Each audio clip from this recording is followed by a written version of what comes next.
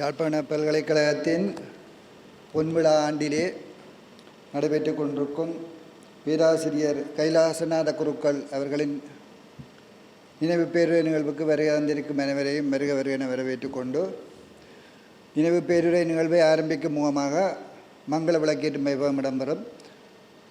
மங்கள விளக்கேற்றி நினைவு பேருரை நிகழ்வை ஆரம்பித்து வைக்குமாறு எமது பல்கலைக்கழகத்தின் துணைவேந்தர் பேராசிரியர் ஸ்ரீசக்குணராசர் அவர்களை அன்புடன் கேட்டுக்கொள்கிறேன். மங்கள விளக்கேற்றி வைக்குமாறு எமது கலைப்பீடத்தின் முன்னாள் பீடாதிபதி பேராசிரியர் கோபாலகிருஷ்ணன் ஐயர் அவர்களை மங்கள விளை ஏற்றுமாறு அன்புடன் கேட்டுக்கொள்கிறேன். அடுத்து இந்து கற்கைகள் பீடத்தின் பீடாதிபதி பத்மநாதன் ஐயா அவர்களையும் இன்றைய நினைவு பேருரை நிகழ்வை ஆற்ற வந்திருக்கும் திருமதி சி ஜெகநாதன் சிரேஷ்ட உரியார் அவர்களையும் மங்கள விளக்கேற்றி வைக்குமாறு அன்புடன் கேட்டுக்கொள்கிறேன்.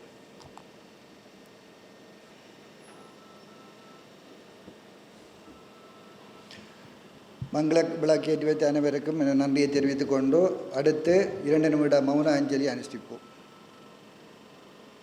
நன்றி. இன்றைய நினைவு பேருரை நிகழ்வை ஆரம்பிக்கும் முகமாக எமது பல்கலைக்கழகத்தின் துணைவேந்தர் அவர்களையும் இந்து கற்கைகள் பீடத்தின் பீடாதிபதி அவர்களையும் இன்றைய பேருரையை நிகழ்த்த வருகை தந்திருக்கும் எமது பல்கலைக்கழகத்தின் சிரேஷ்ட விரிவுரையாளர் திருமதி சி ஜெகநாதன் அவர்களையும் மேடையில் வந்து அமருமாறு அன்புடன் கேட்டுக்கொள்கிறேன். எமது யாழ்ப்பாண பல்கலைக்கழகமானது ஆரம்பிக்கப்பட்டு இவ்வருடத்துடன் 50 ஆண்டுகளை பூர்த்தி செய்யும் வேளையிலே எமது பல்கலைக்கழகத்தின் பொன்விழா கொண்டாட்டங்கள் ஆரம்பித்திருக்கும் இவ்வேளையில் இன்று பேராசிரியர் கைலாசநாத குருக்கள் அவர்களின் நினைவு பேருரை நிகழ்வு இடம்பெற இருக்கின்றது. இந்நிகழ்வுக்கு வருகை தந்திருக்கும் எமது பல்கலைக்கழகத்தின் முன்னாள் துணைவேந்தர்கள், பீடாதிபதிகள், விரிவுரையாளர்கள், எமது பதிவாளர் அவர்கள், மாணவர்கள் மற்றும் கல்விசார் உத்தியோகத்தர்கள், கல்விசார் அனைவர்களையும் வருக என வரவேற்றுக் கொண்டு இன்றைய நினைவு பேருரை நிகழ்வின் அறிமுக உரையையும் ஆற்றி வைக்குமாறு எமது பல்கலைக்கழகத்தின் துணைவேந்தர் பேராசிரியர் ஸ்ரீ சக்குணராசர் அவர்களை அன்புடன் கேட்டுக்கொள்கிறேன். புண்ணியம் செய்தன மனமே,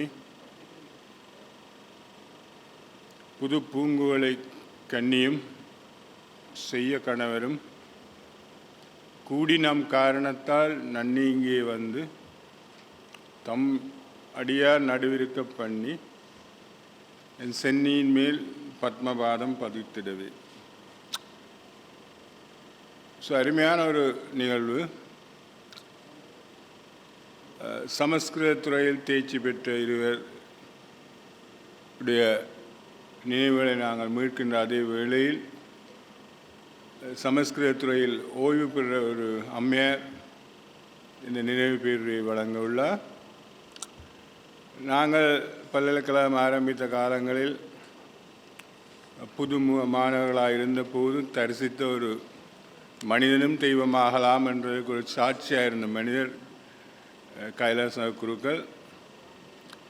நீண்ட நினைவு பேருரையில் நேர விடயம் காரணமாக நான் சொன்னேன், தம்முடைய நடுவிருக்க பண்ணி நாங்கள் இந்த பூலோகத்தில் வாழும்போது தரிசிக்கிற மக்கள் எங்கிட்ட புண்ணியம் அந்த எல்லாரும் அதில் இப்படி ஒரு மகானை நாங்கள் எங்களுடைய பாரம்பரிய விழுமியங்களை போற்றத்தக்க வகையில் பேணிய ஒரு பேராசான் நாங்கள் தரிசித்தது பெரும் புண்ணியம். மற்றவர்கள் அதை பற்றி கதைப்பார்கள். விவேகானந்தர் தமிழ் பேராசிரியர், தமிழை பற்றி பேசுகிற பேராசிரியர்கள், ஆங்கில பேராசிரியர்கள், ஆங்கிலத்தை பற்றி பேசுகிற பேராசிரியர்கள், ஆங்கிலத்தை பற்றி படிக்கிற பேராசிரியர்கள், அப்படி இந்து கலாச்சாரம், இந்து தத்துவங்கள் அதை வாழ்வியலாக கொண்டு வாழ்ந்தவர்கள், அதை பற்றி படிக்கிறவர்கள், அதை பற்றி ஆராய்ச்சி செய்வார்கள். வெள்ளைக்காரரும் அதை பற்றி ஆராய்ச்சி செய்வார்கள். புலமையும் வாழ்க்கையும் ரெண்டும் சேரும்போது மேன்மை கூட. அது சொல்லுவார் theory and practice. Theory without practice kind of armchair philosophy. A lot of hypocrisy there. Practice without philosophy goes to fanaticism.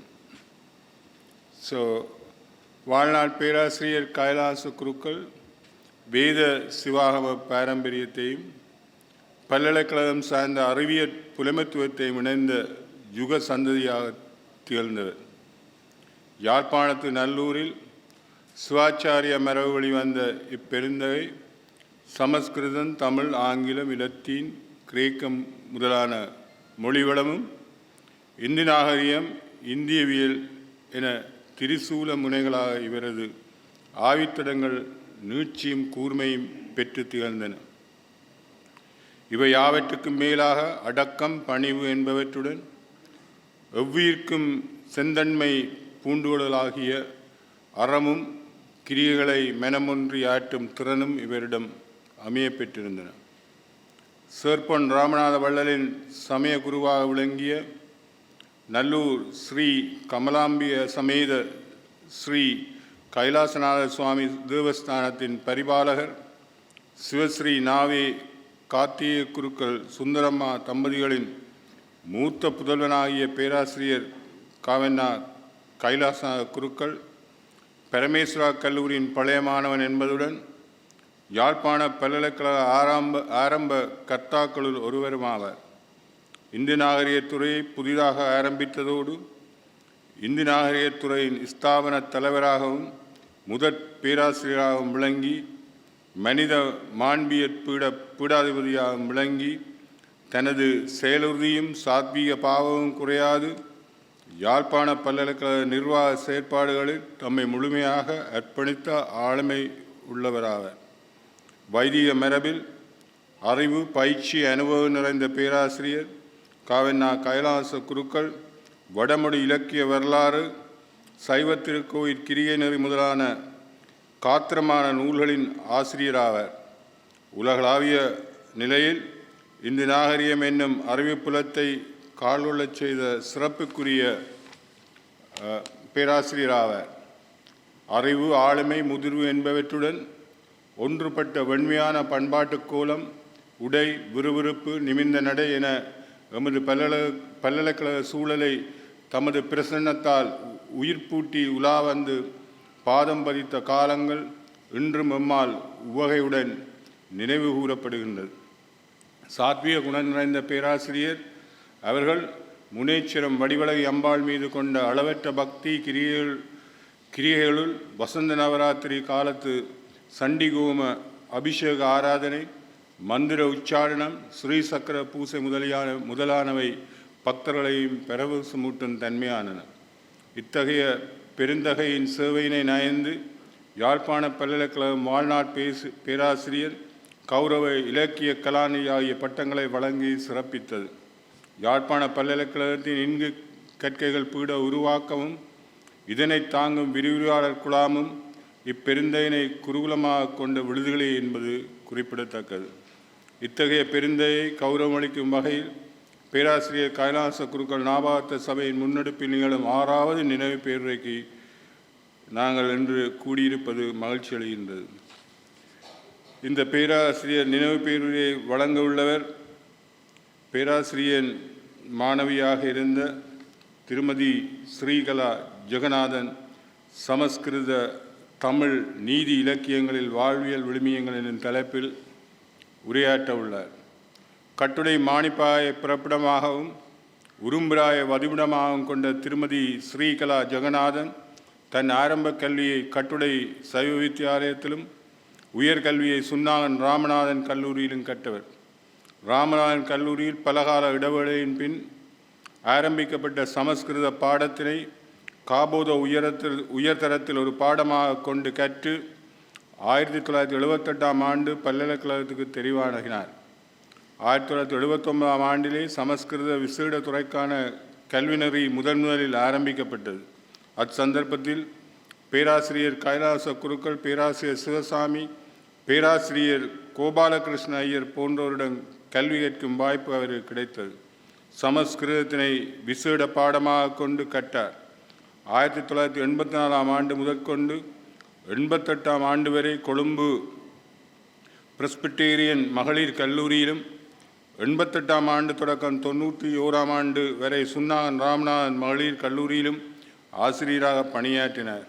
அக்கால பகுதியில் ராமநாதன் மகளிர் கல்லூரியில் மாணவர் வரவின்றி இடைநிறுத்தி வைக்கப்பட்டிருந்த சமஸ்கிருத பாடத்தினை மீண்டும் அக்கல்லூரியில் ஆரம்பிக்கும் முயற்சிகளில் ஈடுபட்டமை வரவேற்கத்தக்கது.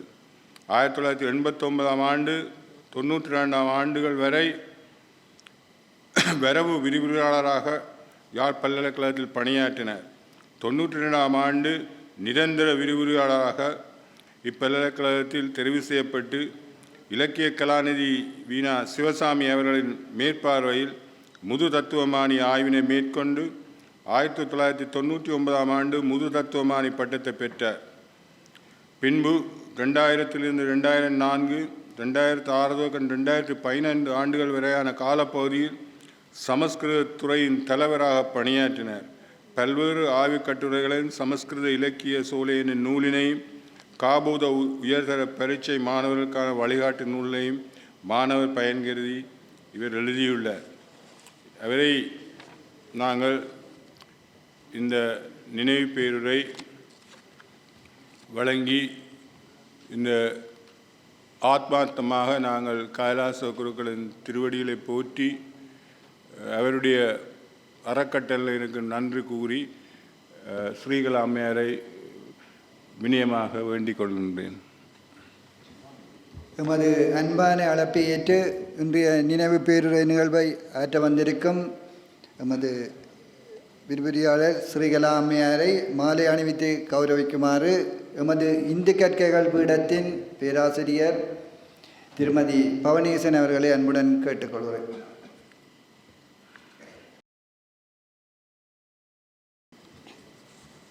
யாழ்ப்பாணம் பல்கலைக்கழக துணைவேந்தர் அவர்களே, இந்து நாகரிகத்துறை பீடாதிபதி அவர்களே, துறைத் தலைவர்களே, பேராசிரியர்களே, விரிவுரையாளர்களே, மாணவர்களே, நண்பர்களே, அனைவருக்கும் வணக்கம்.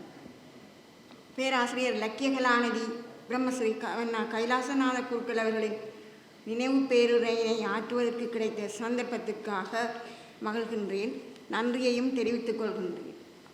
ரகுவம்சத்தை தமிழிலே மொழிபெயர்த்த அரசகேசரி, ஆறுமுக நாவலர், சுன்னாகம் குமாரசாமி புலவர், நீர்வேலி சிவசங்கர பண்டிதர், காசிவாசி சிந்திநாத ஐயர், கோலியூர் கணபதி பிள்ளை போன்ற சமஸ்கிருத பிரபமிக்கவர்கள் வரிசையில் பேராசிரியர் காவன்னா கைலாசநாத குருக்களும் ஈழத்தில் தோன்றிய தமிழறிஞர்களில் ஒருவராவார். பேராசிரியர் கைலாசநாத குருக்களின் தந்தையார் சிவஸ்ரீ கார்த்திகேய குருக்களே இவருக்கு குருவாக இருந்து 5வது வயதில் அட்சர ஆரம்பத்தையும் 7வது வயதில் உபநயனத்தையும் செய்து வைத்தவர் என்பதை அறிய முடிகிறது. வைதீக கல்வியான வேத அத்தியனத்தை பிரம்மஸ்ரீ காணா சிதம்பர சாஸ்திரிகள், கோப்பாய் ஸ்ரீனிவாச சாஸ்திரிகள் ஆகியோரிடம் பெற்ற மரபு வழியாக வேதமோதும் பயிற்சியையும் ஆகம கல்வியையும் தந்தையாரிடமிருந்து உரிய நியமங்களுடன் பெற்றார். 1936ஆம் ஆண்டில் இந்தியாவில் இருந்து இலங்கைக்கு வந்த பிரம்மஸ்ரீ சீதாராம சாஸ்திரிகளிடம் பாணினிய வியாகரணம், சமஸ்கிருத காவியங்கள், நாடகங்கள், அலங்கார சாஸ்திரங்கள் முதலியவற்றை மரபு வழி கல்வி மூலம் பெற்ற பேராசிரியர் கைலாசநாத குருக்கள் சமஸ்கிருத மொழியில் சிறந்த பாண்டித்தியம் பெற்றவராக விளங்கினார். கொழும்பு இலங்கை பல்கலைக்கழகத்தில் 1947ஆம் ஆண்டிலிருந்து 1952ஆம் ஆண்டு வரை தற்கால விரிவுரையாளர்களாகவும் 1953ஆம் ஆண்டில் பேராதனை பல்கலைக்கழகத்தின் சமஸ்கிருத துறைக்கு நிரந்தர விரிவுரையாளராகவும் நியமனம் பெற்றவர். பல்வேறு அறிவியல் துறைகளில் வேதங்கள், ஆகமங்கள், லக்கணம், சோதிடம், கலைகள் முதலியவற்றில் விற்பன்னரான இவர் 3 தசாப்தங்களுக்கு மேலாக பெருந்தொகையான சிங்கள தமிழ் மாணவர்களுக்கு சமஸ்கிருதம் கற்பித்து அவர்களது அபிமானத்தை நன்கு பெற்றார். பரமேஸ்வரா கல்லூரியினை அடிப்படையாக கொண்டு 1977இல் யாழ்ப்பாண வளாகம் நிறுவப்பட்ட போது மொழிகள் மற்றும் கலாச்சார கற்கை நெறித்துறையின் பதில் தலைவராக நியமனம் பெற்ற பேராசிரியர் 1975இல் முதல் முறையாக உருவாக்கப்பட்ட இந்து நாகத்துறையின் முதற் பேராசிரியராகவும் விளங்கினார். இக்கால பகுதியில் சமஸ்கிருத துறைக்கு குறிப்பிடத்தக்க பங்களிப்புகளை செய்துள்ளார். சமஸ்கிருத மொழி வரலாறு பற்றி மிகவும் குறைவான நூல்களே தமிழில் வெளிவந்துள்ளன. தமிழ்நாட்டவரான வையாபுரி பிள்ளையின் இலக்கிய உதயம், சோவண்ணா நடராஜாவின் வடமொழி இலக்கிய வரலாறு போன்றன ஒரு சில நூல்களாகும். இந்நிலையில் பேராசிரியரின் வடமொழி இலக்கிய வரலாறு வேத விலக்கியங்கள் தொடர்பான பல விடயங்களை மிகவும் எளிமையான முறையில் எடுத்து கூறுகின்றது. சமஸ்கிருத மொழி கல்லாதோரும் இதனை வாசிக்கும்படி மிக எளிய நடையில் அமைந்திருப்பது இதன் தனிச்சிறப்பாகும். இவருடைய சைவ திருக்கோயில் கிரியைநெறி என்ற நூல் ஆகம கிரியைகளையும் அவற்றுடன் தொடர்பு கொண்ட விடயங்களையும் சுருக்கி கோவைப்படுத்தி தருகின்றது. திருக்கோயில்களில் நித்திய நைமித்திய கிரியைகள் நிகழும் வேளை சென்று தரிசிக்கும் அன்பர்களும் பயனுறும் வண்ணம் தாம் இந்நூலை அமைத்ததாக முன்னுரையிலே பேராசிரியர் கூறியிருப்பார். சிற்பம், ஓவியம், கட்டிடக்கலை, சங்கீதம், நாட்டியம் ஆகிய நுண்கலைகளில் மோகம் கொண்ட மேனாட்டவர்களுக்கும் கலைகளின் வரலாற்று சிறப்பினை விளக்கும் பண்பாட்டு நூலாக அமைந்திருக்கின்றது. மேலும் சமஸ்கிருதம் கற்கும் மாணவரின் நலன் கருதி இலகுபோதம் 1-2 கிரந்தாட்சர இலகுபோதம் என்னும் இலக்கண நூல்களை வெளியிட்டுள்ளார். ஸ்ரீ வடிவாம்பிகா பஞ்சரத்தினம், ஆச்சாரிய சுவாமிகள் பஞ்சரத்தினம், குருஸ்தோத்திரம் போன்ற அவரது தோத்திர இலக்கியங்கள் அவரது புலமைக்கு மேலும் சான்றுகளாகும். கிரியைகளை நிகழ்த்துவிப்பதிலும் மிகுந்த அறிவு பெற்ற இவர் முனீஸ்வரத்திலும் வடிவாம்பிகை அம்மாளுக்கும் நல்லூர் கமலாம்பிகைக்கும் வசந்த நவராத்திரி, சாரதா நவராத்திரி காலங்களில் செய்யும் சண்டி ஹோமம், ஸ்ரீசக்கர பூசை என்பன தனித்துவமானவை. முன்னேசரம், வசந்த நவராத்திரி பூசை காலங்களில் மாணவர் அதனை பார்த்து நலம் பெறும் பொருட்டு அவர்களையும் அழைத்து சென்று பூஜை காரியங்களை காண்பித்து மாணவர்களை மகிழ்விப்பார். இந்து சமயத்திற்கும் அந்தன சுவாச்சாரியா சமூகத்துக்கும் எல்லாவற்றிற்கும் மேலாக கல்வி சமூகத்திற்கும் அளவிறந்த பணியாற்றி நிறைகுணமாக விளங்கி தனது 79வது வயதில் மறைந்த பேராசிரியர் கைலாசநாத குருக்களின் பணி என்றென்றும் நினைவு கூறத்தக்கதாகும். அவர்தம் ஞாபகார்த்தமாக சமஸ்கிருத தமிழ் நீதி இலக்கியங்களில் வாழ்வியல் விழுமியங்கள் என்னும் இக்கட்டுரை வாசிக்கப்படுகின்றது. பௌத்த தமிழ் மாணவர்களுக்கு ஒழுக்க விழுமியங்கள் சார்ந்த சமஸ்கிருத கல்வியை புகட்டிய அவர்தம் நினைவுரையில் இத்தலைப்பு பொருத்தமானது எனவே நம்புகின்றேன். சமஸ்கிருத தமிழ் நீதி இலக்கியங்களில் வாழ்வியல் விழுமியங்கள். வாழ்க்கையை வழிமொழிந்து செல்பவை இலக்கியங்கள். இவற்றுள் நீதி இலக்கியங்கள் தனி மனிதனையும் சமூகத்தையும் சுத்திகரிக்கும் பணியை செய்பவை. மனித பண்புகளும் வாழ்வியல் அறங்களும் மதிப்பிழந்து கொண்டிருக்கும் வேகம் நிறைந்த வாழ்க்கை சூழலில், மனித பண்புகளை நினைத்து கூட பார்க்க முடியாத காலச்சூழலில் தனி மனிதனையும் சமூகத்தையும் நெறிப்படுத்த நீதி இலக்கியங்களின் பங்கு இன்றியமையாதது. தேசகால வர்த்தமானங்களுக்கு அமைய இவை வரையப்பட்டாலும் இவை உணர்த்தும் அறக்கருத்துக்கள் ஒரு நாட்டினருக்கோ ஒரு மொழியினருக்கோ சொந்தமானவை அல்ல. மானிடம் முழுமைக்கும் இவை பொதுச்சொத்தாகும். புராதன மொழிகளான சமஸ்கிருதம், தமிழ் ஆகிய இரு மொழிகளும் பல்துறை சார்ந்த நூல்கள் காணப்படுகின்றன. எண்ணிறைந்த நீதி நூல்களும் இம்மொழிகளை அலங்கரிக்கின்றன. இவற்றிலே காணப்படுகின்ற நீதிகளை, ஒழுக்க விடயங்களை தொகுத்து கூறுவதே இப்பேருரையின் நோக்கமாகும். நீதி என்ற சமஸ்கிருத சொல் இயக்குதல், வழிகாட்டுதல், செயலாட்சி, மரபு, அரசியல் சூழ்ச்சித்திறன் என பல பொருட்களை தருகின்றது. ஒழுக்க விடயங்களை கூறும் நீதி நூல்கள் முன்னர் ராஜநீதி என்ற பெயரிலேயே அழைக்கப்பட்டன. பல ஒழுக்க விடயங்களை கூறும் சாணக்கிய சதகத்தை அதன் ஆசிரியர் சாணக்கியன் ராஜநீதி என்றே கூறுகின்றார். நானா சாஸ்திரோத்திருதம் பக்ஷியே ராஜநீதி சமுச்சயம் என்று சாணக்கிய சதகம் செய்யுளால் இதனை அறியலாம். ராஜநீதி என்ற பெயர் வழங்கப்பட்ட போதிலும் அரசியலை பற்றி சில நல்லுரைகளே காணப்படுகின்றன. மனித இயற்கை பற்றியும் மக்கள் தம்முள் எவ்வாறு பழக வேண்டும் என்பது பற்றியும், மனித வாழ்வு, செல்வம், வறுமை, விதி, பெண்கள் இயல்பு பற்றியெல்லாம் இதில் கூறப்பட்டுள்ளன. நீதி நூல்கள் மட்டுமல்லாது பல்வேறு இலக்கிய வகைகளை எடுத்துக்கொண்டாலும் அவற்றுக்கெல்லாம் அரசன் சார்புடைய பல களங்களை நாம் காணலாம். அரசன் குடிகளை ஏற்படுத்தி சில ஊர்களை அமைத்து சமுதாயங்களை உண்டாக்குகின்றான். எனவே அரசனை ஒதுக்கிவிட்டு நீதிகள் எழுவதில்லை. மன்னன் எவ்வழி மக்கள் அவ்வழி என்பது பழஞ்சமுதாயத்தின் பழமொழி ஈண்டு நினையத்தகும். தமிழில் நீதி நூல்கள் அறநூல்கள் என்ற பொருளிலும் வழங்கப்படுவது சுட்டத்தக்கது. மனிதன் தனக்கென வகுத்து கொண்ட ஒழுக்க முறைகளின் தொகுதியே தமிழில் அறம் என அழைக்கப்படுகின்றது. சமஸ்கிருதத்தில் தர்மம் என்று சொல்லப்படுகின்ற புருஷார்த்தத்துடன் இந்த அறம் இணைந்தது. சமஸ்கிருத தமிழ் நீதி இலக்கியங்கள் வேத விலக்கியங்களும் உபனிஷதங்களும் இதிகாச புராணங்களும் நீதி செய்யுட்கள் கதைகள் செறிந்தவை. மகாபாரதத்திலே குறிப்பாக அனுசாசன சாந்தி பருவங்களிலே நீதி நெறிகள் மிகவும் செறிந்து காணப்படுகின்றன. பகவத்கீதை விதுர நீதி போன்றன தத்துவத்தை நீதியையும் கற்பிக்கும் நோக்கத்தோடு மகாபாரதத்திலே செருகப்பட்டுள்ளன. பௌத்த ஜாதக கதைகள் நீதியை போட்டுகின்றன. சாணக்கிய சதகம் அன்றாட வாழ்வியல் ஒழுக்கங்களை கூறும் 100 செய்யுட்களை கொண்டது. கிபி 5ஆம் நூற்றாண்டைச் சேர்ந்த பத்ரஹரியார் நீதி, சிருங்காரம், வைராக்கியம் என்ற 3 விடயங்கள் மீது 100 செய்யுட்கள் இயற்றினார். சதக வடிவிலே எழுதப்பட்ட இந்நூல்கள் தமிழிலே திருக்குறளை ஒத்த பெருமையுடையவை. இவரைத் தொடர்ந்து சதக வடிவிலே பலர் நீதி நூல்களை இயற்றினர். பல்லட சதகம், சேமேந்திரரின் சாருச்சாரிய சதகம், சில்ஹனரின் சாந்தி சதகம்,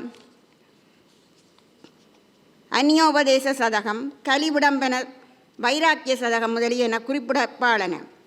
விஷ்ணு சர்மாவின் பஞ்சதந்திரமும் நாராயணரின் ஹிதோபதேசமும் பெரும்பாலும் மிருகங்களையே கதாபாத்திரங்களாக கொண்டவை. நரியும் சிங்கமும் எலியும் மனித குணங்களை ஏற்று இவற்றிலே காட்சி தருகின்றன. இவற்றிலே கதை சொல்லும் பாகங்கள் உரைநடையிலும் நீதிகள் ஸ்லோகங்களாகவும் அமைந்துள்ளன. அறம் பற்றிய கருத்துக்கள் சங்க விலக்கியங்களிலும் காணப்படுகின்றன. தொல்காப்பியம் இன்பமும் பொருளும் அறனும் என்றாங்கு அன்பொடு புணர்ந்த ஐந்தினை என்று உறுதிப்பொருட்களை எடுத்துரைக்கின்றது. சிலப்பதிகாரம், மணிமேகலை முதலிய காப்பியங்கள் நீதி உரைத்தாலும் சங்கம் மருவிய காலத்தில் தோன்றிய 14 கீழ்கணக்கு நூல்களில் நாலடியார், நான்மணிக்கடிகை, இன்னா 40, இனியவை 40, திருக்குறள், ஏலாதி, திரிகடுகம், பழமொழி 400, ஆசாரக்கோவை, சிறுபஞ்ச மூலம், முதுமொழிக்காஞ்சி போன்ற 11 நூல்களை தனித்து நீதிய பொருளாக கொண்டவை. இவை தவிர 17ஆம் நூற்றாண்டில் வாழ்ந்த குமரகுருவரின் நீதிநெறி விளக்கம், சிவப்பிரகாச சுவாமிகள் இயற்றிய நன்னெறி, நீதிநெறி வெண்பா, 12ஆம் நூற்றாண்டில் வாழ்ந்த ஔவையாரின் ஆத்திசூடி, கொன்றைவேந்தன், அதிவீரராம பாண்டியன் இயற்றிய வெற்றி வேட்கை, நருந்தொகை, உலகநீதி போன்றவை பிற்காலத்தில் தோன்றிய நீதி இலக்கியங்களில் சிறந்தனவாகும். சமஸ்கிருத சதக நூல்களை பின்பற்றி எழுந்த குமரேச சதகம், அறப்பளீஸ்வர சதகம், தண்டலையார் சதகம் என்பன நீதி பற்றி எழுந்திய தமிழ் சதகங்களாகும். இருமொழிகளிலும் இலக்கியங்களிலும் பொதுமை பண்பு. சமஸ்கிருத தமிழ் இலக்கியங்கள் பலவும் பல்வேறு விடயங்களில் ஒன்றுடன் ஒன்று தம்முள் கொண்டும் கொடுத்தும் உறவுகளை பேணியுள்ளன. இந்த வகையில் நீதி இலக்கியங்களும் ஒன்றுடன் ஒன்று பொதுமையான பண்புகளை பெற்றுள்ளன. சமஸ்கிருத நீதி இலக்கியங்கள் மட்டுமன்றி குறிப்பாக பிற்கால தமிழ் நீதி இலக்கியங்களும் வேத விதியாச புராண கதைகளையும் கோட்பாடுகளையும் கொண்டுள்ளன. தண்டலையார் சதகம், விவேக சிந்தாமணி போன்ற நூல்களில் பஞ்சதந்திர ஹிதோபதேச கதைகள் கூறப்பட்டுள்ளன. நல்வாழ்க்கை வாழ இறையருள் அவசியம் என அவை வலியுறுத்துகின்றன. விதி, கர்மம் என்ற கோட்பாடுகளை ஒழுக்கவியலுடன் தொடர்பு உறுத்துகின்றன. குடிமக்களின் நலன் அரசனின் செங்கோலிலேயே தங்கியுள்ளது என்பதை எடுத்து கூறுகின்றன. புறவாசாரங்களை விட அகவாசாரங்களுக்கு முதன்மை அளிக்கின்றன. நல்லறத்திற்கு துணையாக விளங்குவது இல்லறம் என்றும், இல்லாளின் பங்கு அதில் அவசியமானதென்றும், அவன் நற்குணம் படைத்தவளாக இருக்க வேண்டும் என்றும் கூறுகின்றன. துறவு நின்றார்க்கு வீடு வேறு நிச்சயம் என்பதை வலியுறுத்துகின்றன. நீதிகள் கூறப்படும் உக்தி. நீதி இலக்கியங்கள் சுவைபட கூறுவதற்கு, மக்கள் மனதில் பதியச் செய்வதற்கும் கவிஞர்கள் பல உக்திகளை கையாண்டுள்ளனர். உவமை, உருவகங்கள், தற்குறிப்பேற்றம், அதிசயோக்தி போன்ற அணிநயங்கள் பொருந்த கூறுவது. தமது எண்ணங்களை தாமே கூறாது பிறர் கூறுவது போன்று கூறுவது. மனதை முன்னிலைப்படுத்தி சில நியமங்களை உபதேசிப்பது. பொதுவாக தம்மை போற்றி ஆதரிக்கும் வள்ளலையோ அரசனையோ விழித்து கூறுவது. தோழன், தோழி, தலைவன், தலைவி கூற்றாக கூறுவது. பொதுவாக சிருங்கார சதகத்தில் உள்ள பாடல்கள் இவ்விதம் அமைந்துள்ளன. மரங்கள், பறவைகள், விலங்குகள் முதலியவற்றின் மேல் தம் கருத்தை ஏற்றி கூறுவது, இது அந்நியோக்தி என்று கூறப்படும். நீதி இலக்கியங்கள் மிகவும் எளிமையானவை.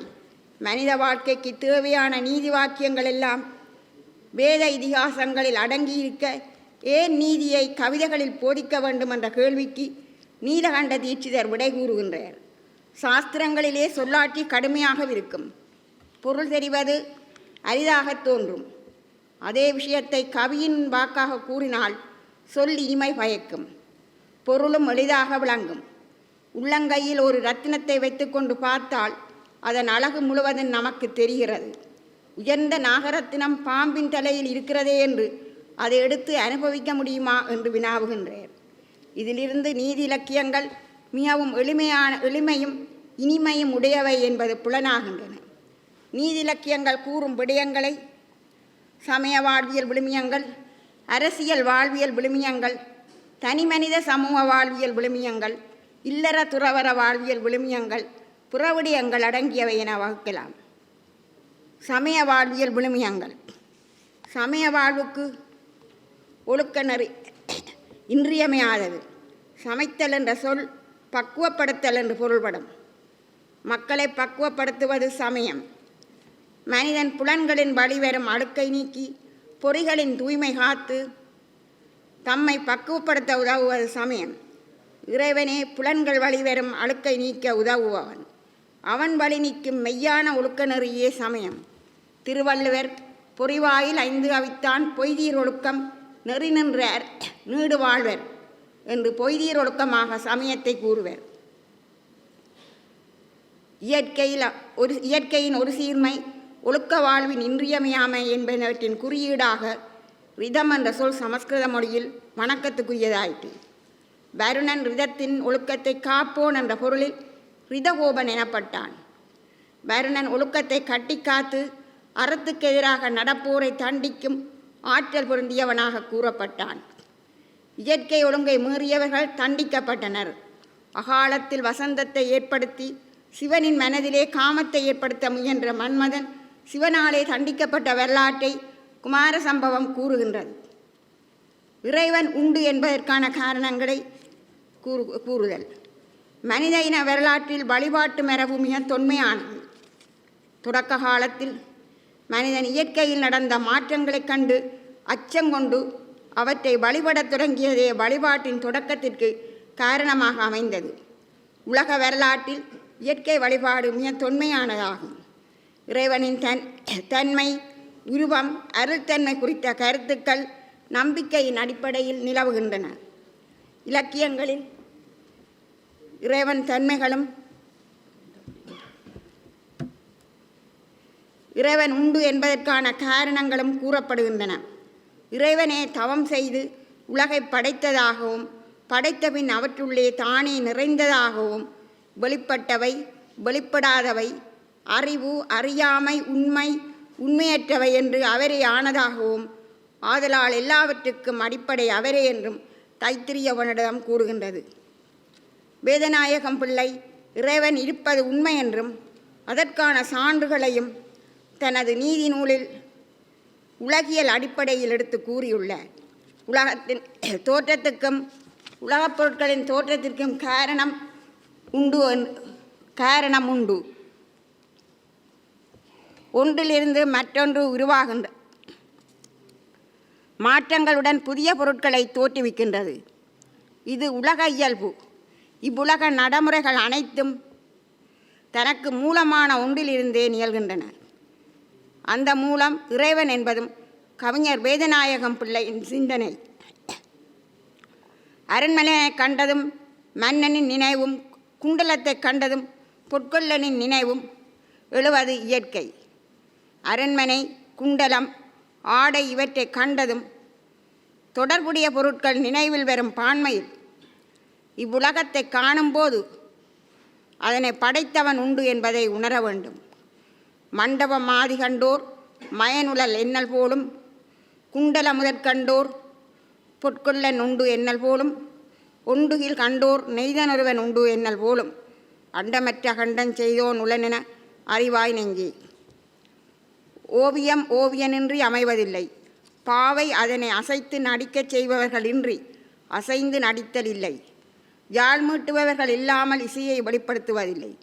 அவ்வாறே உலகப் பொருட்களுக்கான அசையும் அசையாத்தன்மையை கொடுத்தவன் இறைவனாவான். இதனால் உலகப் பொருட்களில் எல்லாம் நிறைந்திருக்கும் தன்மை அறியப்படும். மரங்களின் அசைவில் காற்று உருவாகின்றது. புகையெழும் காரணத்தினால் நெருப்பு இருப்பதை உணர முடிகிறது. மனம் கமழ்வதால் மலரின் இருப்பை அறிய முடிகின்றது. உலகம் தோன்றி மனிதன் கண்முன் நிலை பெற்றிருக்கும் காரணத்தால் உலகத் தோற்றத்திற்கு இறைவனே காரணம் என்னும் உண்மையை அறிய முடிகின்றது. குடும்பத்தின் நிலைபேற்றிற்கும் நற்செயல்கள் நடைபெறுவதற்கும் கட்டுக்கோப்பாக இருப்பதற்கும் குடும்பத் தலைவன் முக்கியமானவன். அவ்வாறே இவ்வுலக இயக்கம் பரம்பொருளான இறைவனில்லை என்றால் உலகம், சூரியன், சந்திரன் முதலான கோள்களின் இயக்கம், நட்சத்திரங்களின் தோற்றம், உலகத்தில் பெய்கின்ற மழை, மக்களின் மகிழ்ச்சியான வாழ்வு இவையின் நிகழாது என நீதி நூல்கள் கூறுகின்றன. உலகின் செயல்களை அவதானிப்பவன் என்று கருத்துப்பட கர்மாத்தியக்ஷக என சுவேதாசர பண்டதம் இறைவனை கூறும். உலகுயிர்களை ஆட்கொள்வதற்காக தானும் கர்மத்திற்கு ஆட்பட்டவராக அவதரிப்பதை நீதி சதகம் கூறுகிறது. பிரம்மா படைத்த தொழிலை செய்ய பிரபஞ்சாண்டத்திலே குயவனைப் போல நியமிக்கப்பட்டுள்ளார். உருத்திரன் கபாலத்தை கையிலே எடுத்துக்கொண்டு அலைகின்றான். விஷ்ணு தசாவதாரங்களை எடுத்துக்கொண்டு துன்பத்திற்காளாகின்றான்.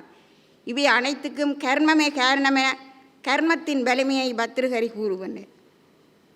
ஊழ், விதி, நியதி, விளக்க முடியாத முடிவு, ஆற்றல், முன்வினை பயன் என்று சொல்லப்படுகின்ற விதி பற்றிய கருத்துக்கள் இந்துக்களால் மட்டுமன்றி பௌத்தர்களாலும் ஏற்றுக்கொள்ளப்பட்டவை. நல்லவர்கள் துன்புறுவதையும் தீயவர்கள் இன்புறுவதையும் உலகில் கண்கூடாக பார்க்கின்றோம். அவ்விய நெஞ்சத்தான் ஆக்கமும் செவ்வியான் கேடும் நினைக்கப்படும் என்று வள்ளுவர் குறிப்பிடுவர். இந்நிகழ்ச்சிக்கு காரணமான விதிக்கோட்பாடு வலிமையாக முன்வைக்கப்படுகின்றது. நடப்பது நடந்தே தீரும் என்ற கருத்துப்பட பத்திரிகரி தமது நீதி சாதகத்தில் ஒரு கதையினை கூறுவர். மொட்டை தலையன் ஒருவன் சூரிய கிரணங்களின் தாக்குதலுக்கு அஞ்சி ஒரு பனைமரத்தின் அடியிலே போய் நின்றான். ஒரு கணம் நிழலின் இன்பத்தை அனுபவித்தான். அடுத்த கணம் பனைமரத்திலிருந்து ஒரு பெரிய பனம்பழம் அவன் தலையில் விழுந்தது. அவனது தலை இதனால் உடைந்து போயிற்று. விதிவசத்தால் தாக்குண்டவன் எங்கு போனாலும் அவனுக்கு ஆபத்து உண்டாகும். அவனை பின்தொடர்ந்து ஆபத்து வரும் என்று பத்ருஹரி நீதி சதகம் ஒரு பாடலில் கூறுகின்றது. மனிதன் எத்தனை ஆசை கொண்டாலும் அடைய நினைத்தாலும் அவனது முன்வினைப்படியே கிடைப்பது கிடைக்கும். ஒரு படி அளவுள்ள நாளியளவு மட்டுமே அளக்க இயலும். அமுக்கி அளந்தாலும் அளவை விட அதிகமாக அளக்கவியலாது. விதிப்படி கிடைக்க வேண்டியது கிடைக்குமென்று ஆழ அமுக்கி முகக்கினும் ஆழ்கடல் நீர் நாடி முவாது. நாள் நாடி தோழி நிதியும் கணவனும் நேர்படினும் தத்தம் விதியின் பயனே பயன் என்று குமரேச சதகம் விதிக்கோட்பாட்டை புராண செய்திகளுடனும் நடைமுறை வாழ்க்கையுடனும் தொடர்புபடுத்தி மனிதன் விளைவுகளை எதிர்கொண்டே ஆக வேண்டும் என்ற சிந்தனையை பதிவு செய்துள்ளது. மனிதனுக்கு மட்டுமல்ல, மனிதனை படைத்த இறைவனுக்கும் விதி செயற்படும் காலம் உண்டும் என்பதை நாடாள வேண்டிய ராமன் காட்டில் வாழும் சூழல் உருவானது. தேவர்கள் அமுதமுன்ன இறைவனுக்கு விடம் கிடைத்தது. தேவர்களை சிறைமீட்ட முருகன் கடவிலே வள்ளியை மணந்தது. பிரமன் சிறைப்பட்டது. உண்மையை பேசும் ஹரிச்சந்திரன் துன்பங்களை அனுபவித்தது என்னும் அனைத்தும் விதியால் நிகழ்ந்த செயல்களே என்று குமரேச சதகம் குறிப்பிடுகின்றது. வினியை இறைவனாலும் வெல்லவியலாது என்பதை அன்று முடிசூடுவதிருக்க ரகுராமன் முன் அருங்காடுரைந்ததென்ன, அண்டரெல்லாம் அமிர்தம் உண்டிட பரமனுக்கு காலம் லபித்ததென்ன, வென்றிவரு தேவர் சிறை மீட்டனி களவில் வேடிச்சியைச் சேர்ந்ததென்ன, மேதினி படைக்கும் அயனுக்கொரு சிரம்போகி வெஞ்சிறையில் உற்றதென்ன, என்னுமொரு பொய் செல்லா மன்னவன் விலை போனதென்னகான், வல்லமையினால் எண்ணத்தினால் ஒன்றும் வேறாது பரமசிவன் எத்தனைப்படி முடியுமாம் என்று நீதி நூல்கள் ஊழ்வினை என்று சோம்பி இருக்க கூறவில்லை. விதியும் வினைப்பயன் வழியே பயன் தரும் என அவை கூறுகின்றன. டாக்டர் ராதாகிருஷ்ணன் வாழ்க்கையை சீட்டாட்டத்துக்கு ஒப்பிடுகின்றார். சீட்டுக்களை நாம் விருப்பப்படி தேர்ந்தெடுக்க முடியாது. அவை நமக்கு கொடுக்கப்பட்டிருக்கின்றன. ஆனால் கிடைத்த சீட்டுக்களை வைத்து வெற்றியடைவதும் தோல்வியடைவதும் நாம் அதிசயத்தை பொறுத்தது. நமது உடல், அறிவாற்றல், பெற்றோர் சூழ்நிலை முதலியவை நாம் தேர்ந்தெடுக்கப்படாமலே நமக்கு அளிக்கப்பட்டிருக்கின்றன. ஆனால் அந்த வரம்புகளை மாற்றியமைத்துக் கொள்ளக்கூடிய செயலுரிமை மனிதனுக்கு இருக்கின்றது. அரச நீதி விழுமியங்கள். பண்டைய நீதி நூல்கள் மன்னனை முதலாக கொண்டு குடிகள் செயற்படுவதால் மன்னனுக்குரிய அற ஒழுங்குகளை கூற தவறவில்லை. மன்னன் உயிர்த்தே மறுதலை உலகம் என்று புறநானூறு கூறுவது கருதத்தக்கது.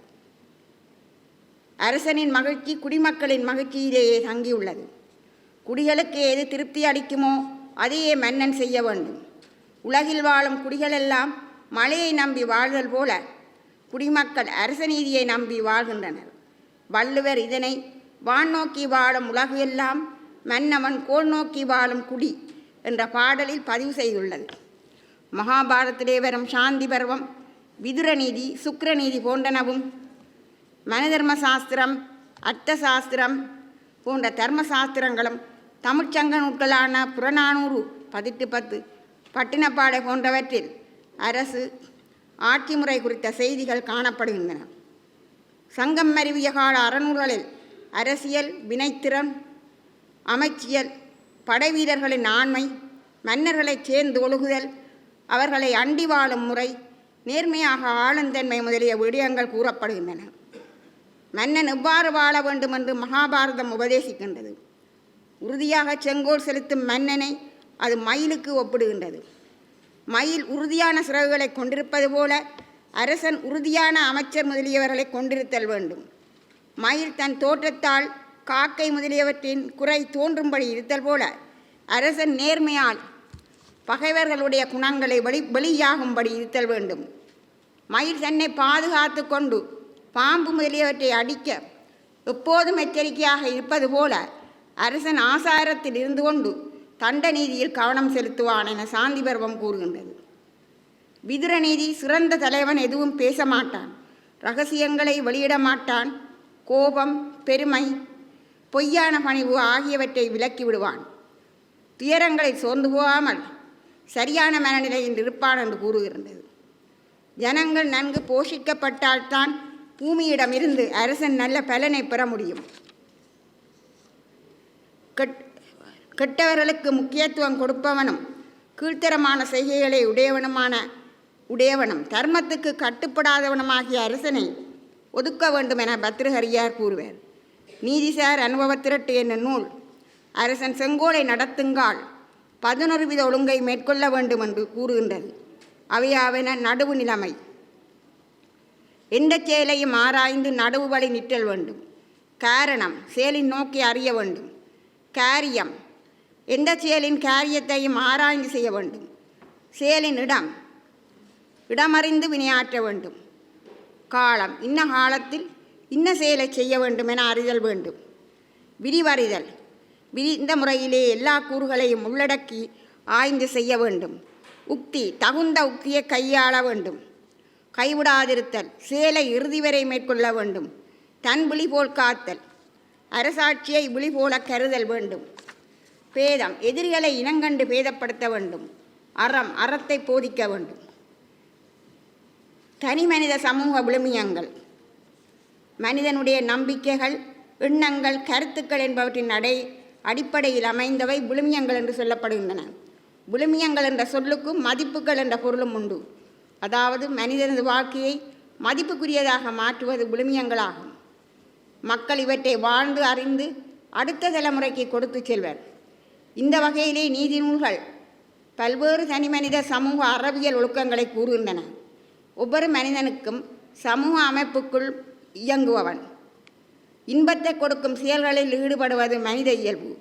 ஒவ்வொருவரும் தமக்கு இன்பம் பகுக்கும் முயற்சியில் ஈடுபட்டால்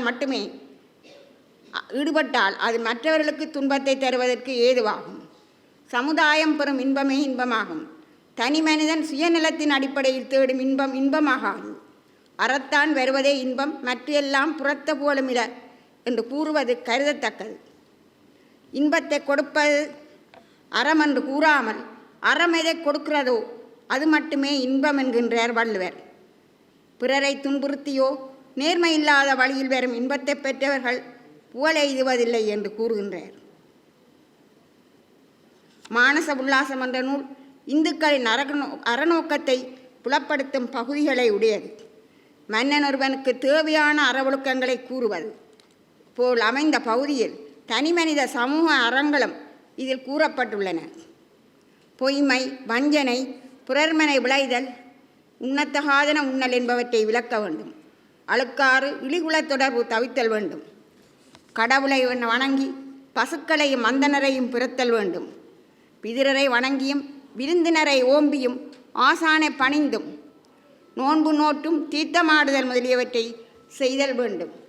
வறியவர், அனாதை, விதவை, துன்புற்றோர், சுற்றத்தார், ஏவலாளர் ஆகியோருக்கு நல்ல உணவூட்டியும் தன்னை வந்தடைந்தார்க்கு அபாயம் அளித்தும் உதவி புரிதல் வேண்டும் என்று கூறுகின்றது. 14 கணக்கு நூல்களில் மிகவும் சிறந்ததென்று கூறப்படும் திருக்குறள் வெகாமை, அழுக்காராமை, பொறையுடைமை, ஒழுக்கமுடைமை, இனியவை கூறல், விருந்தோம்பல், அன்புடைமை, வாய்மை முதலிய அறங்களை விதந்தோங்குகின்றது. எனினும் புற ஆசாரங்களை விட அகவொழுக்கங்களே நன்மை பயப்பவை என்று கூற நீதி நூலாசிரியர்கள் தவறவில்லை. நல்ல செயல்களே ஒருவன் இப்பிறவியில் வெண்கொற்ற குடையுடன் தூய மாளிகை, இன்பம் முதலிய போகங்களை அனுபவிக்க காரணமாக அமைகின்றன என நீதி நூல் ஆசிரியர் பத்திரிகரியும் கண்ணோட்டம் என்னும் கழிபெருங்கார்கை உண்மையால் உண்டு இவ்வுலகு என்று வள்ளுவரும் குறிப்பிடுதல் காணலாம். இவ்வுலகம் அழியாமல் நிலை பெறுவதற்கு காரணம் இரக்க குணம்தான் என்பது வள்ளுவர் கருத்தாகும். கல்வி தனிமனித சமூக மேம்பாட்டின் முதன்மையான காரணிகளில் ஒன்றாக விளங்குவது கல்வி. மாந்தர்களின் உள்ளம், உடல், ஆன்மா ஆகியவற்றின் இயற்கை பேறுகளை வெளிக்கொணர்ந்து விளக்கம் பெறச் செய்வது கல்வி என்று காந்தியடிகள் கல்விக்கு வரையறை காண்பர். கல்வியால் ஏற்படுகின்ற ஒப்புரவு, அன்பு, கண்ணோட்டம், வாய்மை என்பன வாழ்க்கையின் அடித்தளம் என்பது வள்ளுவர் மரபு. வாக்பூஷணம் பூஷணம் என நீதி சதகம் கூறுவதை ஒத்து கல்வி அழகே அழகு என நாலடியார் கூறுகின்றது. கல்வி மேம்பாடு உள்ளவர் சமூகத்தில் பழகும் இயல்பு நுட்பம் வாய்ந்தது. கற்றவர் சுற்றத்தவரிடம் இங்கிதமாக நடப்பர். கெட்டவரை தந்திரமாக அணுகுவர். அரசரை சமயோசிதமாகவும் அறிஞரை நேர்மையாகவும் பேணிக்கொள்வர். பிற்காலத்தில் எழுந்த நீதி நூலான நீதிசாரா அனுபவத்திரட்டு கல்லாதவர்க்கு மட்டுமன்றி கற்றவர்க்கும் நீதி அவசியம் என்பதை விளக்குகின்றது. அறிவாளி ஒருவனுக்கு தேவையான குணங்களை அது கூறுகின்றது. அறிவினருக்கு அடையாளம் அவர் நாவில் நீதியது நடனம் புரியும். குறியான கண்டிப்பு முன்மையுமே பொருந்த அவர் ஒருமை மொழி குறிப்பர். முறையறியா மற்றைய மூவரைப் போலும் அகட விகடங்கள் மொழியார். அறிவாளினாவில் நீதி நடனம் புரியும். ஒன்றையே பேசுவார். நேரத்திற்கு ஏற்றாற்போல் வீண் பேச்சில் ஈடுபட மாட்டார். உண்மையை வளைத்து பேச மாட்டார் என அது கூறுகின்றது. ஈகை பொருட்செல்வத்தின் அவசியம் பற்றி நம் முன்னோர் கூறியுள்ளனர். தன் குடும்பத்தை நிலைநிறுத்தவும் தான தர்மங்கள் செய்யவும் பொருள் தேவை. தன் அந்தஸ்தை நிலைநிறுத்தவும் அது தேவை என சாணக்கிய சதகம் கூறுகின்றது. மனிதன் உயிர் வாழ்வதே பிறருக்கு வழங்கும் பொருட்டே. பிறர் கேட்காமலே அவரின் உள்ள குறிப்பினை உணர்ந்து கையால் ஈய வேண்டும் என்பது நாம் கடைப்பிடிக்க வேண்டிய ஒன்றாகும். மனிதன் வாழும்போது மனிதனாக மதிக்கப்படுவதும் இறந்த பிறகு தெய்வமாக மதிக்கப்படுவதும் இந்த ஈகியால்தான். கிடைத்த பொருளை தானும் அனுபவியாது பிறருக்கும் கொடாது இருக்கும் லோபிகளை கடவுளும் விரும்ப. பயன்மரம் உள்ளூர் படுத்தற்றால் செல்வம் நயனுடையார் கண்படின். இக்குறள் மூலம் எல்லோருக்கும் பயன் தருவதுதான் செல்வத்தின் உண்மை பயன் என வள்ளுவர் உணர வைக்கின்றார். விருந்தோம்பல் இல்லறத்தாருக்குரிய கடமைகள் ஒன்றாகும். இல்வாழ்க்கை நடத்தும் கணவனும் மனைவியும் தம் உற்றார் உறவினரை காக்க கடமைப்பட்டவர். அவருடன் இல்லாத தம் இல்லன்னா நாடி வரும் பிறரையும் உண்டியாலும் முறைவடிகளாலும் உபசரித்தல் அவர் தம் கடமை என்று அறநூல்கள் கூறுகின்றன. பஞ்சதந்திர கதை மூலம் விருந்தின் சிறப்பு விளக்கப்படுகின்றது. புறா ஒன்று தன் மனைவியாகிய பெண் புறாவை பிடித்த வேடனுடன் அவன் விருந்தினனாகியால் அவனிடம் அன்பு காட்டி உபசரித்து அவன் பசியை தீர்க்க தன் உடலையே அர்ப்பணித்தது. விருந்தினரை ஓம்பாதவர்கள் சபிக்கப்பட்ட வரலாற்றை இதிகாசங்கள் கூறுகின்றன. திருக்குறள் தன்னிடம் பெறும் விருந்தினர்களிடம் முகம் கோணாமல் உபசரிப்பவர்களின் வீட்டில் திருமகள் மகிழ்வுடன் இருப்பாள் என்றும் விருந்தினரை நாள்தோறும் ஓம்புவனது குடும்பம் ஒரு நாளும் வறுமையால் வாடுவதில்லை என்றும் குறிப்பிடும். விருந்தும் மருந்தும் 3 நாட்கள் என்பது பழமொழி. விருந்து அளித்தல் மகிழ்ச்சிகரமானதாக இருக்க வேண்டும், தவிர மனச்சுவையையும் வருத்தத்தையும் ஏற்படுத்தக்கூடாது. நோக்கம் இல்லாமல் உதட்டிலே இனிய சொற்கள் இல்லாமல் ஒருவருக்கு கொடுத்தால் உண்பவருக்கு பசி அதிகமாகுமே தவிர குறையாது. இதனை விவேக சிந்தாமணி ஒப்புடன் முகமலர்ந்தே உபசரித்து உண்மை பேசி உப்பிலா கூலிட்டாலும் உண்பதே அமிர்தமாகும். முப்பழமோடு பால் எண்ணம் முகம் கடுத்திருவாராயின் கப்பிய பசியோடு கடும் பசியாகுந்தானே என்னும் பாடலில் வலியுறுத்தும். பகுத்து உண்ணல் அறங்களில் சிறந்ததாக கருதப்படுகிறது.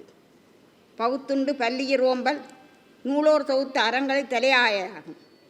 கிடைத்தற்கரிய பொருளாயினும் பிறருக்கு அழியாது தனித்துண்ணல் தகுதியுடைய செயலாகாது. இந்திரற்குரிய அமிர்தமே ஆயினும் இனிதன எண்ணி பண்டைய தமிழ்ச்சான்றோர் தனித்துண்ணலை செய்தனர் என்னும் சிந்தனையை புறநானூரில் காணலாம். பகிர்ந்து உண் என்று ஆத்தி சூடி பகுத்து உண்ணலின் அருமையினை கட்டளையாக பதிவு செய்கின்றது. வாய்மை என்னும் உண்மை பற்றி வேதங்கள், உபநிடதங்கள், இதிகாசங்கள் வலியுறுத்துகின்றன. வாயுதேவனே உன்னை வணங்குகிறேன், நீயே கண்கண்ட தெய்வமாக இருக்கிறாய், நீயே ரிதமாகின்றாய், நீயே சத்தியம் என தைத்திரிய உபநிடதம் இறைவனை சத்தியத்துடன் நினைக்கின்றது. மெய் அகிம்சையோடு கூடி நிற்கும் போது வாய்மை ஆகிறது. வாய்மை பண்பு பற்றி மகாபாரதத்திலே பீஷ்மர் விளக்குவதாக அமைந்த பகுதி குறிப்பிடத்தக்கது. சில சந்தர்ப்பங்களில் பொய் மெய்யாகிவிடும். பசுவை ஒருவன் கொல்ல வருகின்றான். வழியிலே நின்றவனை இந்த வழியாகச் சென்ற பசுவை நீ பார்த்தனையா என்று ஒருவன் கேட்கின்றான். அப்பொழுது மெய் சொன்னால் பசுவதை நேரிடும், பொய் சொன்னால் பசு பிழைக்கும். ஆதலால் பொய்யே மெய்யாகி விடுகிறது. பொய் அகிம்சையுடன் கூடி நிற்கின்றது. இதுவே சத்தியம், இதுவே உண்மை என பீஷ்மர் வாய்மை பற்றி விளக்குகின்றார். வள்ளுவர் இதனை வாய்மை எனப்படுவது யாதெனில் யாதொன்றும் தீமையில்லாத சொல்லல் என்று கூறுவர். பிறருக்கு எத்தகைய தீங்குமில்லாத சொற்களை கூறுவதே வாய்மையாகும். பிறர் பற்றிய வீண் பேச்சு நிந்திக்கத்தக்கது. தூத்தி பேசுதல் யாருக்கும் எளிது, ஆனால் விளைவை தாங்குதல் அரிதாகும். தீயோர் பிறரின் பண்புகளை தூத்தியே பேசுவார்.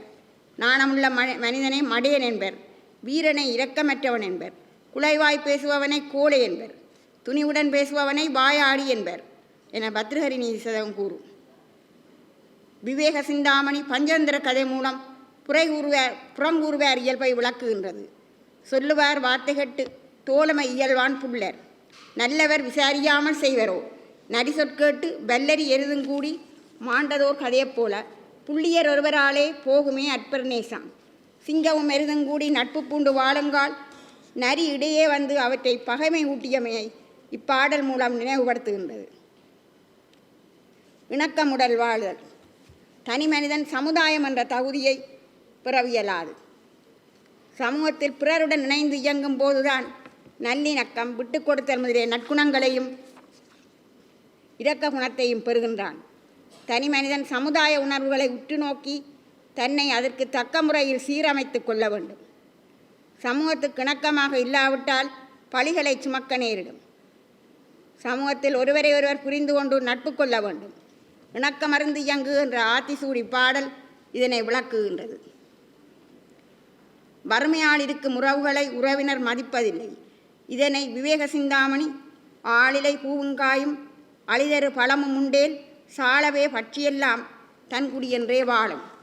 வாலிபர் வந்து தேடி வந்திப்பர், கோடா கோடி ஆளிலை ஆதி போனால் அங்கு வந்திருப்பார் உண்டோ என்ற பாடலின் வழி எடுத்து கூடுகின்றது. இதே சிந்தனையை குளம் ஒன்றை எடுத்துக்காட்டி அற்ற குளத்தின் அருநீர் பறவை போல் உற்றுளி தீர்வார் உறவல்லர். அக்குளத்தில் கொட்டியும் ஆம்பலும் நெய்தலும் போலவே ஒட்டியுருவார் உறவு.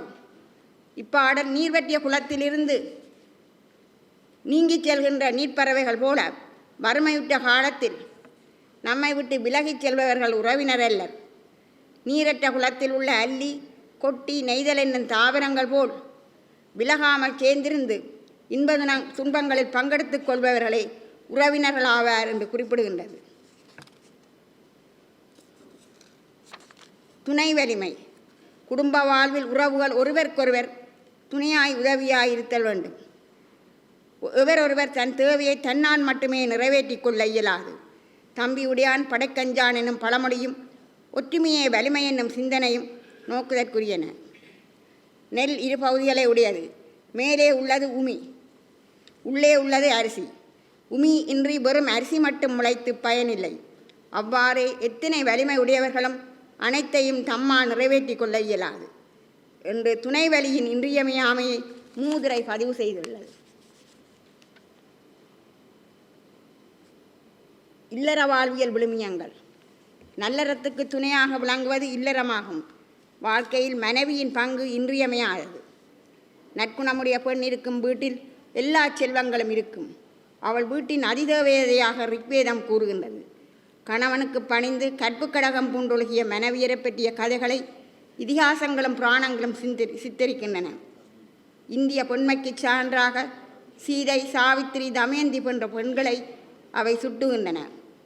அறம், பொருள், இன்பம் என்ற மூன்றினுக்கும் பெண்ணே துணையாவாள் என்ற கருத்தும் அவளை அன்புடன் பேண வேண்டும் என்பதும் கூறப்பட்டுள்ளது. இனிமையற்ற சொற்களை பேசும் பெண்கள் இல்லத்தில் இருப்பதை விட வனத்திற்கு செல்வது நல்லது என சாணக்கிய நீதி கூறுகின்றது.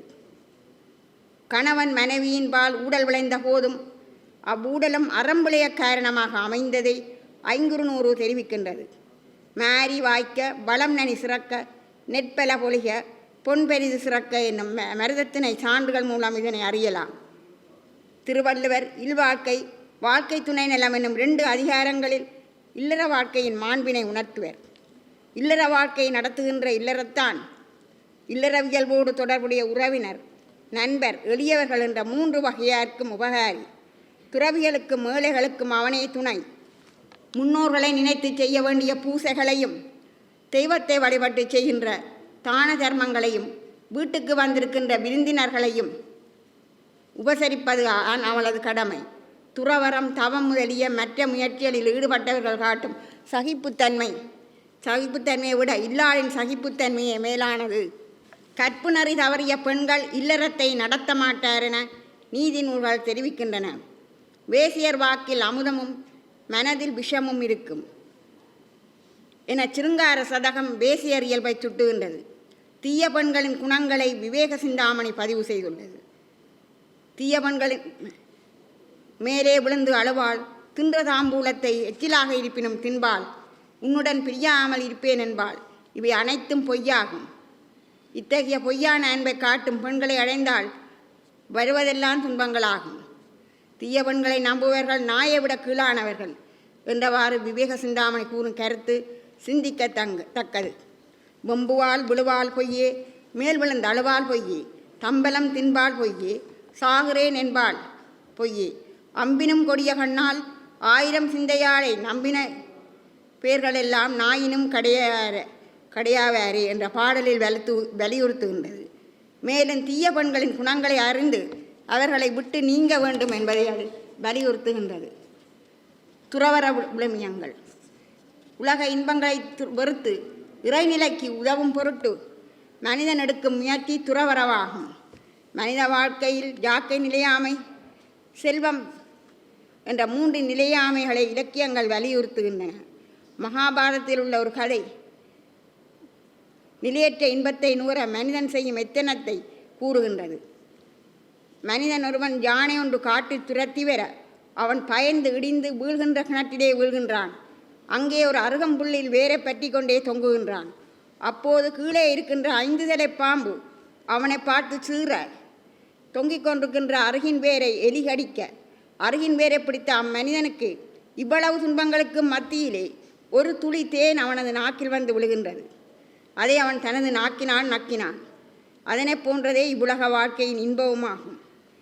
அடுகரி தொடர வீழ 5 தலை நாகம் காண கிணற்றருகின் வேரை பற்றி நான்றிட அவ்வேரை கடுகவோர் எலியும் வந்து கரித்திட அதனில் நின்றோனுக்கு கிடைத்துளி தேனுக்கின்பம் போலும் இப்பிறவியே என விவேக சிந்தாமணி கூறுகின்றது. இந்த பாடல் மூலம் மகாபாரத கதையை வலியுறுத்துகின்றது. மனித வாழ்வின் இளமை காலத்தில் உள்ள ஒவ்வொரு நாளும் ஒரு நீண்ட வாழ்நாள் உள்ளதென்று மனிதன் நினைத்தல் இயல்பு. ஒரு கணப்பொழுதில் மனிதன் குழந்தையாக காட்சி தருகின்றான். ஒரு கணப்பொழுதில் காமுறு இளைஞனாக காட்சி தருகின்றான். ஒரு கணத்தில் செல்வத்தில் புரளுகின்றான். பின்னர் கிளத்தனத்தால் உடல் சுருங்கி ஜமலோகம் செல்கின்றான். நாடகமே உலகம், மனிதரெல்லாம் நடிகராவார் என்ற கருத்து இந்த பாடலில் வலியுறுத்தப்பட்டுள்ளது. ஷனம் பாலோ புத்வா ஷனம் அபிஜுவா காமரசிகக ஷனம் வித்தைஹி ஹீனக ஷனம் அபிச்ச சம்பூர்ண விபவக ஜரா ஜீர்ணைஹி நட இவ வலிமண்டித தனுகு நரக சம்சாராந்தே விஷதி ஜமதானி ஜவனிக்காம் என்ற பாடல் மூலம் இது சொல்லப்படுகின்றது. தவவழி நிற்றல். தவத்தின் வழி நின்று ஞானம் பெற்றவர்கள் ஞானிகள். தவத்தின் பயன் நன்னிலை அடைதல். ஞானம் பெற்றதன் பயன் உடற்பற்றின்றி இருத்தல். தவத்தின் வழி நின்று முழுமை பெற்ற ஞானிகள் உடல், உலகம், செல்வம் ஆகியவற்றின் தன்மைகளை அறிந்தவர்கள். ஆதலால் உலகப் பொருட்கள் மீதும் ஆசை தோன்றுவதற்கான புலன்கள் மீதும் அது செயற்படுத்தும் உடல் மீதும் பற்றின்றி இருப்பர். உடலை அவர்கள் ஒருபோதும் மதித்ததில்லை. துறவியின் கூட்டாக வரும் பாடலொன்று: பிச்சை எண்ணமே உணவு, திசைகளே ஆடை, பூமி அன்னையின் மடியில் ஆனந்த உறக்கம், மன்னர்களிடம் ஆக வேண்டியது என்ன இருக்கின்றது என மனமகிழ்வு ஒன்றே துறவியை மன்னனாக்குவதாக கூறுகின்றது. துறவரமே பெரிதாகும் துறவிக்கு, துறவிக்கு வேந்தன் ஒரு துரும்புதானே என்ற தண்டலையார் சதகப் பாடலும் இதே கருத்தை வலியுறுத்துகின்றது. பிற விடயங்களும் நீதி இலக்கியங்களிலே கூறப்படுகின்றன. நீதி நூல்கள் மேற்குறித்த விடயங்கள் தவிர அன்றாட வாழ்விலே கடைப்பிடிக்க வேண்டிய ஆசாரங்கள், உணவு வகைகள், நோய்கள், அவற்றுக்கான பரிகாரங்கள் முதலியவற்றை கூறுகின்றது.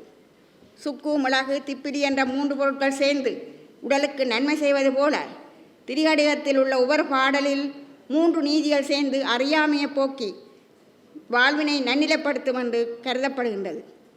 நீதிசார் அனுபவத் திரட்டு, வாதம், பித்தம், கபம் இந்த 3ம் அளவோடு இருக்க வேண்டும் என்றும், அவ்வாறு இருந்தால் உடல் சமநிலையில் காணப்படும். வாத உடம்பாக இருந்தால் உடல் கருத்தும், பித்த உடம்பாக இருந்தால் உடல் மெலிந்தும், கப உடம்பாயின் உடல் வற்றலாகியும் காணப்படும் என்று கூறுகின்றது. மேலும் தாம்பூலம் உண்பதால் வரும் புகைப்பிடித்தலினால் வரும் கேடுகளை தாம்பூலம் அதிகரித்தால் நாவிலே தடிப்புண்டாம், உண்ட சுவை தெரியாது. தாம்பூல சத்திற்கு நல்ல தந்தம் போம், பசியினையும் போக்கும். காம்பூரும் புகை மீந்தால் நடையோட்டம் தனில் இறைக்கும், கறுக்கும். முகவுதடு காம்பூறு புகை வித்தம் கண்காலம் ஓய்வதென்ன மனதழிவே என தாம்பூலம் புகைப்பிடித்தலால் வரும் கேடுகளை அது விளக்குகின்றது. குறைந்தளவு உண்பவனிடத்தே இன்பம் நிற்பது போல மிகப்பெரிது உண்பவனிடத்தே நோய் நிற்கும் என்பதை இழிவறிந்து உண்பான்கான் இன்பம் போல் நிற்கும் களிவேர் இரியான்கண் நோய் என்ற பாவால் விளக்குகின்றது. நீலகண்ட தீட்சிதர் என்பவர் கலியுகத்தின் தன்மை பற்றி நகைச்சுவையாக கலிவிடம்பனம் என்ற நூலில் இயற்றியுள்ளார். கலிகால பரிகாசம் என்ற இந்நூலில் சோதிடர், மருத்துவர், மாந்திரிகர் என பல சிறப்பட்ட தொழிலாளர்களின் தொழில் யுக்தியை நகைச்சுவையுடன் கூறுகின்றார்.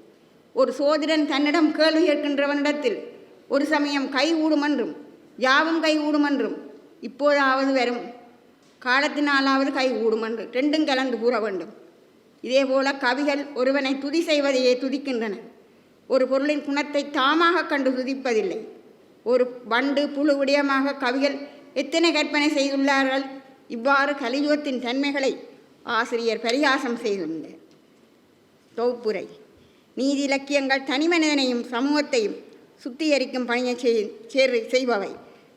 இதனால் இவை முக்கியத்துவம் வாய்ந்தவை.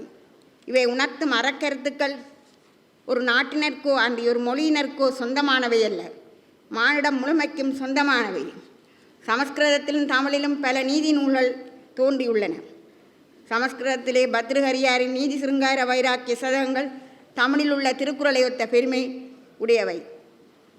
நீதி இலக்கியங்களை சுவைபட கூறுவதற்கும் மக்கள் மனதில் பதியச் செய்வதற்கும் கவிஞர்கள் பல யுக்திகளை கையாண்டுள்ளனர். இறைவன் வழி நிற்கும் மெய்யான ஒழுக்க நெறியே சமயம் என்று கூறப்படுவது. கர்மம், விதி என்பன முன் செய்த வினைப்படி நிகழ்வன. மன்னன் குடிகளுக்கு எது திருப்தி அளிக்குமோ அதையே செய்ய வேண்டும் என நீதி நூல்கள் கூறுகின்றன.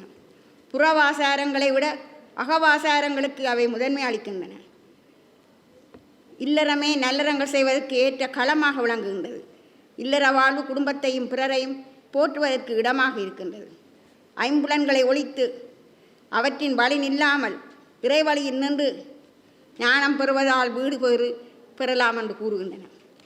எந்நிலையில் தாழாமல் உயர் பண்புடன் தியலும் ஞானிகளின் சிறப்பு உணர்த்தப்படுகின்றது.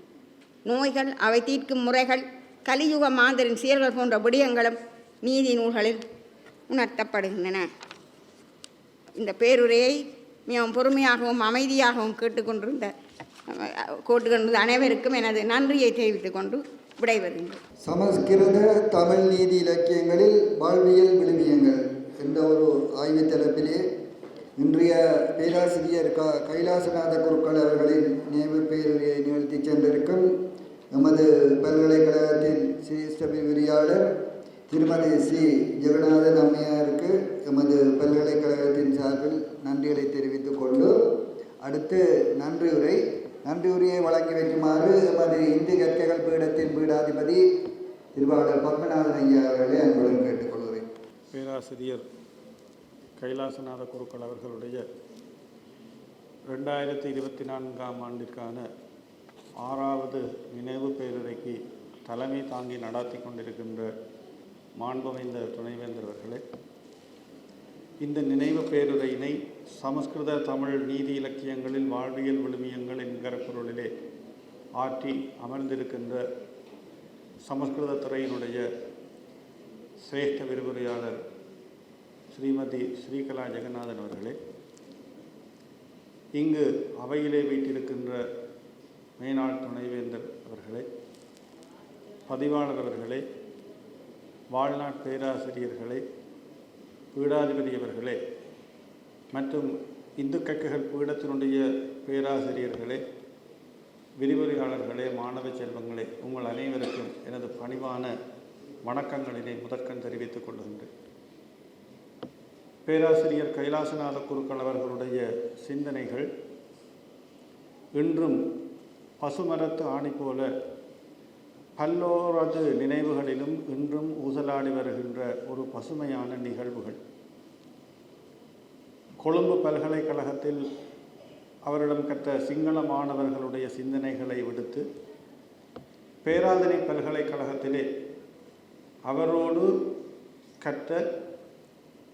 அவரிடம் கற்ற அவரது சிந்தனைகளை தாங்கிய பலரது எண்ணங்கள் இன்றும் ஊசலாடி வருகின்றன.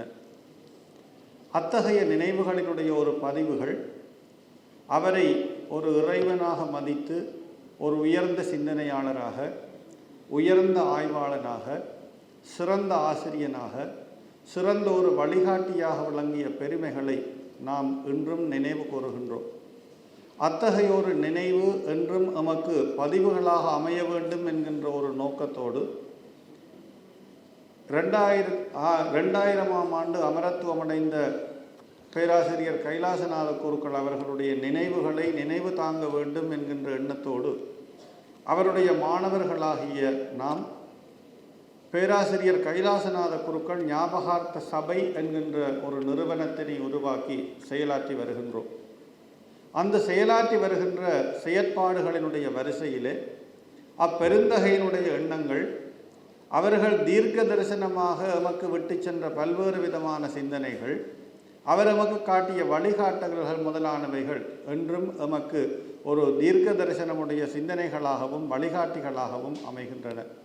அந்த வகையிலே அவருடைய எண்ணங்கள் நிறைவேற வேண்டும் என்பதற்காக எம்மாலான முயற்சிகளை நாம் மேற்கொண்டு வருகின்றோம். இந்த வகையிலே இந்த நிகழ்விற்கு வருகை தந்து இந்த நிகழ்வினை சிறப்பமைத்த அனைத்து அன்பு உள்ளங்களுக்கும் யாழ்ப்பாண பல்கலைக்கழகத்தின் சார்பிலும் இந்து கற்கைகள் பீடத்தினர் சார்பிலும் எமது மனமார்ந்த நன்றியினை தெரிவிப்பதோடு எமது அழைப்பை ஏற்று இந்த நினைவு பேருரையை ஆற்றி அமர்ந்திருக்கின்ற பெருந்தகை எங்களுடைய பேராசிரியர் கைலாசநாத குருக்கள் அவர்களிடம் நேரடியாக கல்வி கற்ற மாணவி என்பதிலும் அவர் இவ்வாண்டோடு அவர் தன்னுடைய பணியினை நிறைவு செய்து ஓய்வு பெறுகின்ற தருணத்திலே அவருக்கு நாம் ஆற்றுகின்ற கௌரவமாக அமையும் அதேவேளை அவர் தமது குருநாதருக்காக ஆற்றுகின்ற ஒரு கௌரவமாகவும் அமைந்து இந்த நிகழ்வு அமைகின்றது என கூறி இந்த சந்தர்ப்பத்துக்கு நன்றி தெரிவித்து அமைகின்றேன். நன்றி, வணக்கம்.